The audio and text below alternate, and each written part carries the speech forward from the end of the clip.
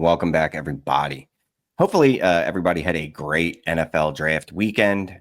I hope you were checking us out on Ray GQ's channel over on that YouTube. We were there Thursday, Friday, followed up on our channel, this channel, on Thursday, Friday, and then finished the draft on Saturday. If you've missed any of it, go back, check it out. There's about 30, 40 hours of content out there between the draft streams, between the Dynasty Theory episode, between the Manic and Chill, and between the All Gas Trade Show that we did. So check them all out. We had a great time. So the draft is over. What does it mean? Well, let's be specific, right? What does it mean for wide receivers? And even more specifically, what can we tell, or at least what is the history of fantasy production over the first two seasons for wide receivers drafted in specific rounds? I'm not going to use the fourth round. I decided I was going to look at the third round, second round, and first round, or first round, second round, third round, whatever tickles your fancy. I'm going to work backwards, right? So here's my threshold. My threshold is how many wide receivers hit 10 points per game in either their first or second season, or one, or both. Pretty low threshold, but I think it's instructive and informative to look at it and see what we can find. Every year we tell ourselves a story about third round and second round wide receivers, especially that, that's still good draft capital or decent draft capital. And if the landing spot is great, we're probably wheels up on some of those players. And should we be?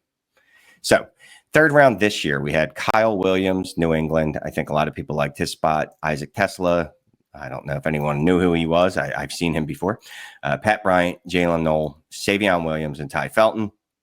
Savion Williams, based on nothing, should probably be a running back, but whatever. He's listed as a wide receiver right now, so he gets added to this list.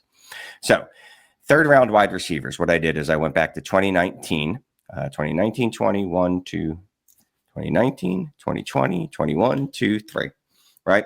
So what I wanted to do, again, over their first two seasons, how many of these wide receivers scored at least 10 points per game?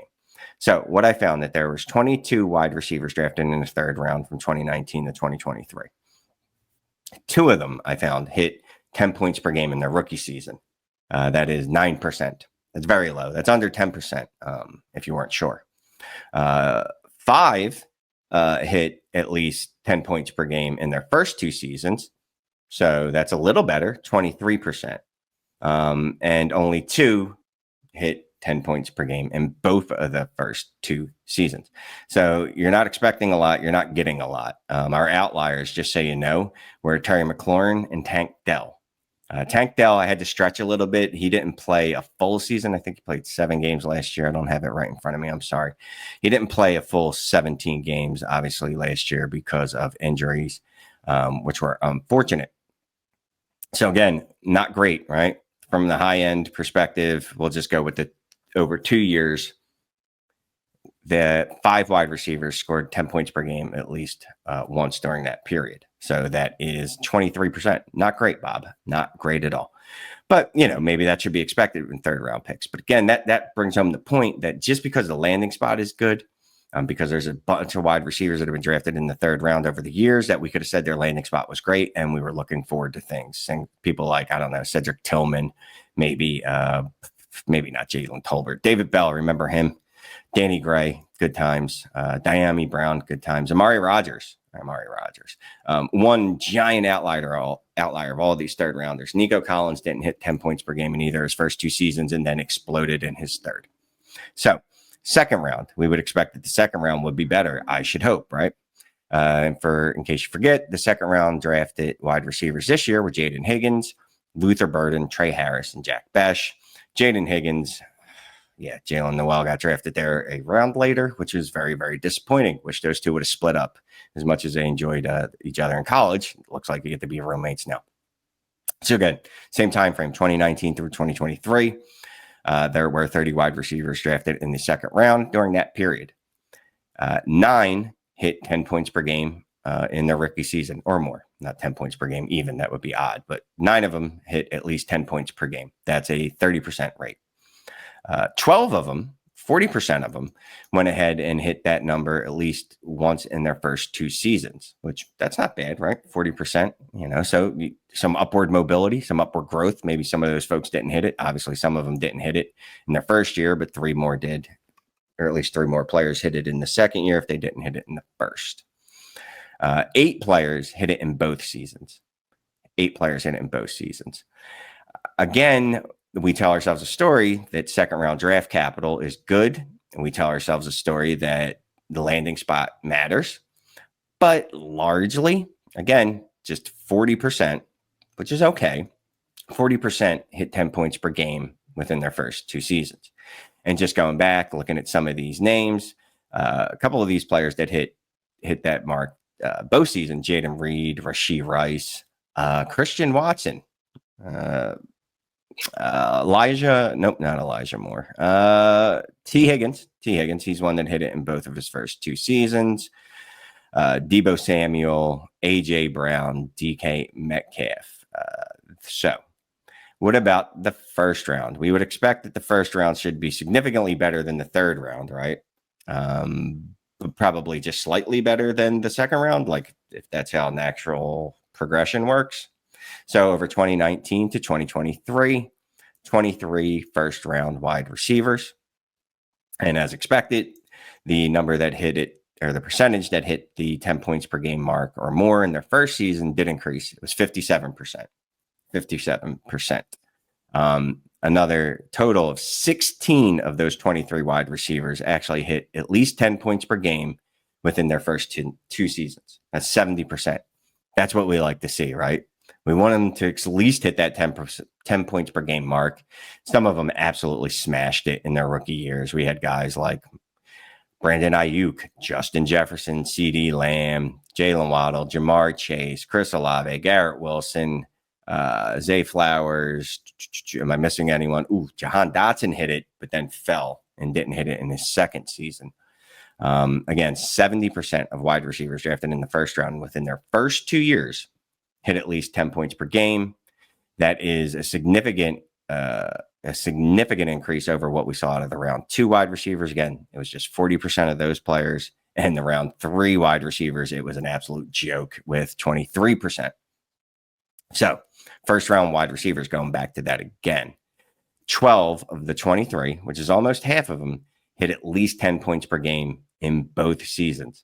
So that 10 points per game mark seems to indicate like, hey, I half the time at least, we're going to do this again, which is a pretty good rate compared to the other rates that I just talked about, the third round and the second round wide receivers. Why I went out of order like that, I'm sorry, I don't know. So what do we do with this, right? That's great. There's some numbers. We'd expect first round wide receivers to do better than second and third round wide receivers, right? Obviously.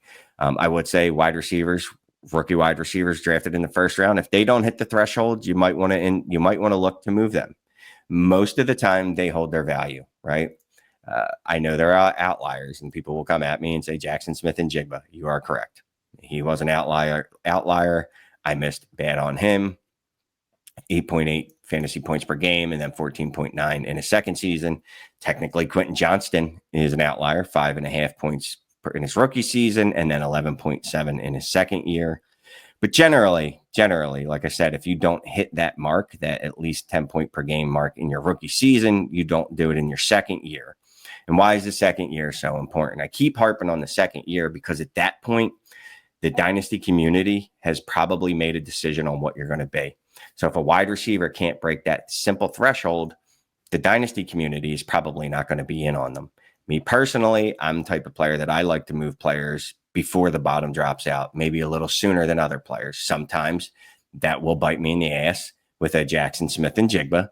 Other times it will pay off really handsomely with get rid of a Treylon Burks or I don't think anyone liked Kadarius Toney, and I don't know if anyone liked N'Keal Harry. But the point stands, if you could move those dudes after a bomb rookie season, you do so.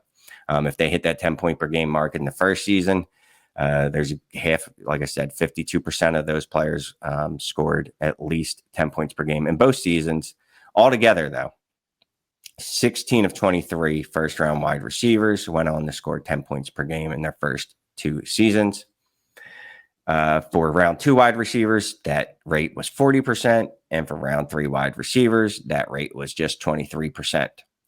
even though, and really the round 3 wide receivers is really what I want to harp on, right? Because we do tell ourselves a story, and I can hear the stories now, and I tell those stories to myself while I'm drafting. I go, well, there's no way that Kyle Williams is walking into a great spot, right? He is walking into, again, a New England Patriots wide receiver room that is wide open. There should be availability for targets there. There is obviously Steph Diggs. But again, he is a wide receiver that we think should see some, or at least a good bit of opportunity there. Now, we did say last year the same things about Jalen Polk. We did say the same things about guys like Javon Baker. So I'm just saying, and that's the, what's the word I'm looking for? It happened last year. It could happen again, obviously, is basically what I'm trying to drive home. Even though we thought that the spot was great, it didn't work out. You generally, if a 3rd round wide receiver is what you're looking at in your rookie drafts, I would say pass on them and get a running back, right? You can buy a rookie wide receiver, I guess, or draft, excuse me. Sometimes you don't have a choice. There's literally no one else on the board. Maybe your draft is hit wide receivers, or excuse me, running backs really hard, and you're sitting there in the 4th round and there's nothing but wide receivers in front of you. I get it. And if you're going to do that, lean draft capital as much as possible. If you can't trade the pick, and you should be trying to move the pick, say it's a 3rd round pick, you should even be trying to just move it to the next year, because at least it's an asset that you could use during the season if something were to arise. You're at least kicking the can down the road, right? You're at least kicking the can down the road, and that would give you a chance to use that asset in a different way instead of a wide receiver that probably will not hit, especially those 3rd rounders. Their 2nd rounders, Jaden Higgins, Luther Burden, Trey Harris, Jack Besh. I can tell myself a great story about Trey Harris and why he should hit. And, I actually think he will hit. But again, I went over and I'll say it one more time, just 40% of those players hit at least 10 points per game in their first 2 seasons over those drafts from 2019 to 2023. So chances are, just looking at the averages, he won't hit it. I like Trey Harris, and I think he'll hit it. But I'm just saying, if you just like to play by numbers, just going off the averages and what has happened in the past. And then again, 1st round wide receivers, it's lovely. 16 of 23, 70% of those players hit it 10 points per game within their first 2 seasons. We expect better out of the 1st rounders, so that's what I expect at the least. All right, thanks for watching. Let me know what you think. And are there wide receivers that you are sure are going to hit this 10 points per game mark as a rookie? And are there ones that you just know won't hit it? And who will come out and do it out of the blue? Like, I don't know, let's say like a 3rd rounder like Savion Williams. Wouldn't that be crazy if he was the one that hit 10 points per game and not anyone else? Because the law of averages indicate at least one of them might do it and most of them won't. So appreciate you watching, and I will check you out later.